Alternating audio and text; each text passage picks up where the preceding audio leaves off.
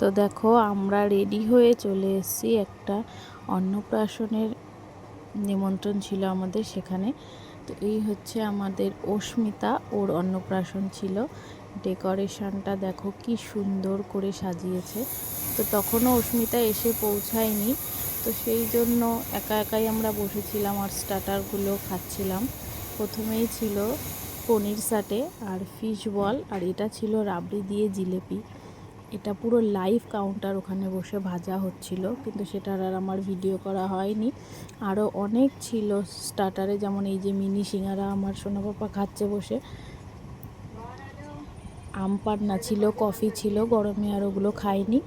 তো দেখো এই দিদিভাইটার কাছ থেকে ওরা কেক নিয়েছিল, আর কেকটা দিদিভাই এখানে এসেই ডেকোরেশন করছিল আর কি।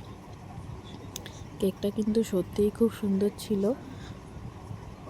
এইবারই দেখো এই যে আমাদের অস্মিতা চলে এসছে, ওর কেক কাটিং হচ্ছে। কেক কাটিংটা কিন্তু পুরো গ্র্যান্ডভাবে হয়েছিল, আর মা মেয়ে দুজনেই পুরো ম্যাচিং একদম পরি সেজে নিয়েছিল।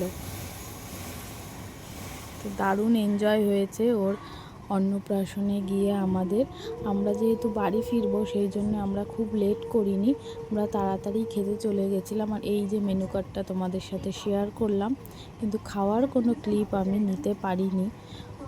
তারপরেই এরা চলে এসেছিলো এই যে পানের স্টলে। আর দেখো আমার বরকে পান খেতে দাঁড়িয়েছে। ওকে প্রথমে বলা হয়েছিল যে ফায়ার পান নিতে, কিন্তু ও ফায়ার পান নেয়নি। তারপরে নর্মাল একটা পান নিয়েছে, তো ও তো ধরতেই পারছিল না। তারপরে এই যে আইসক্রিম নিয়ে বাড়ি চলে আসলাম। টাটা।